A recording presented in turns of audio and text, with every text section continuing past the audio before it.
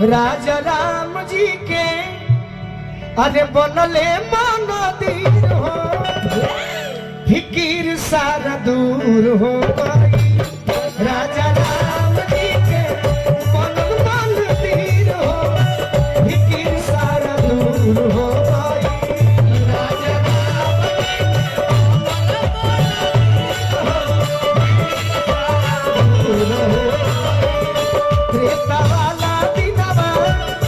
त्रेता वाला दिनवा आई गईले फिर हो फिर सारा दूर हो गई। राजा राम जी के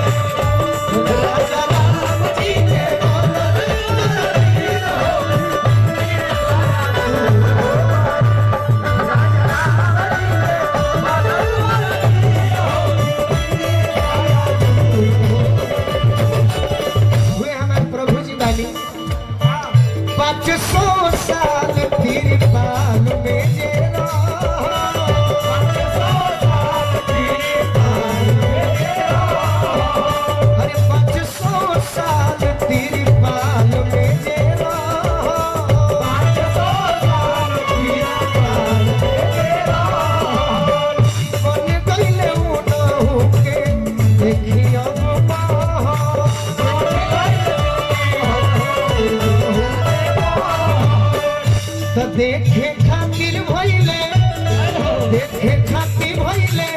भगतन के भीड़ हो फिकीर सारा दूर हो गई। राजा राम जी के मंदिर हो फिकीर सारा दूर हो गई।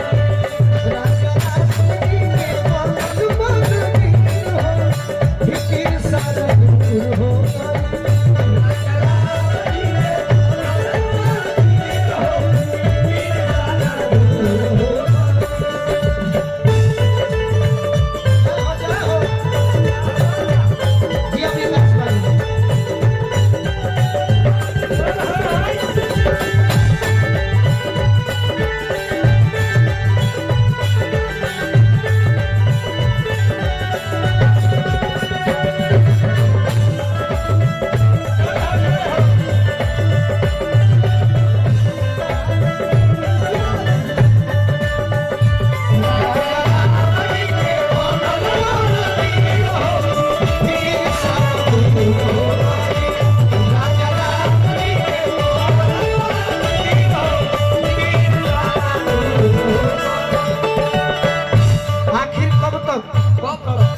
सत्य के गलत केहू कहिया ले कही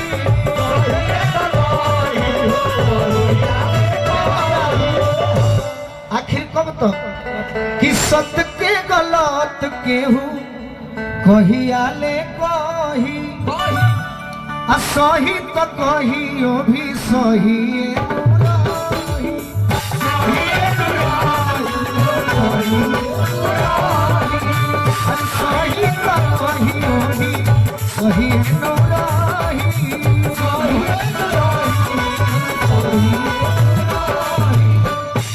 जे कर रहे वो करे भइले जागीर हो फिर सारा दूर हो गई।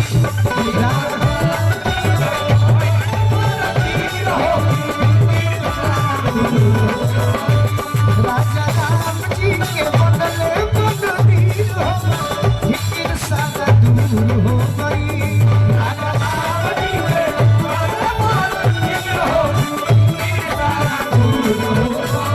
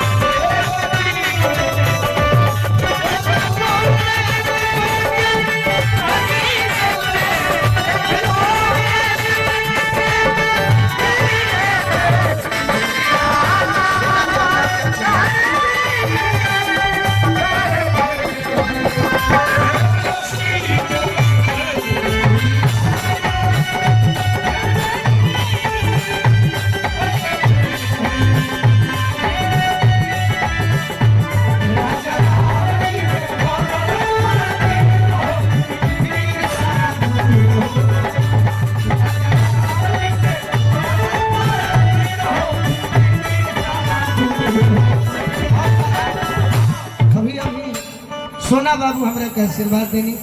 कुछ दिन पहले छठ में नोएडा सेक्टर 63 में सुमेर भैया के माध्यम से प्रोग्राम रहे। सुमेर सिंह जी आई बनी, हम स्वागत करब और बड़ी खुशी के बात बा कि अयोध्या में राज रजे अइले रघुनंदन।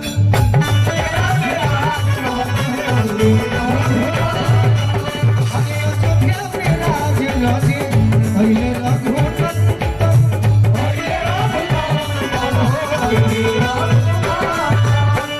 स्वागत मनो ले जाए अछत चंदन।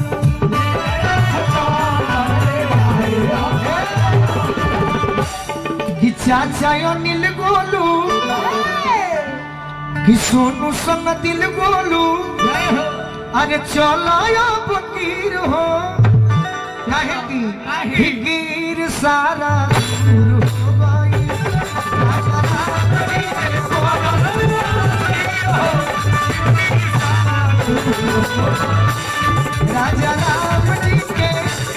राजा राम जी के बनल मंदिर हो गिर सारा दूर हो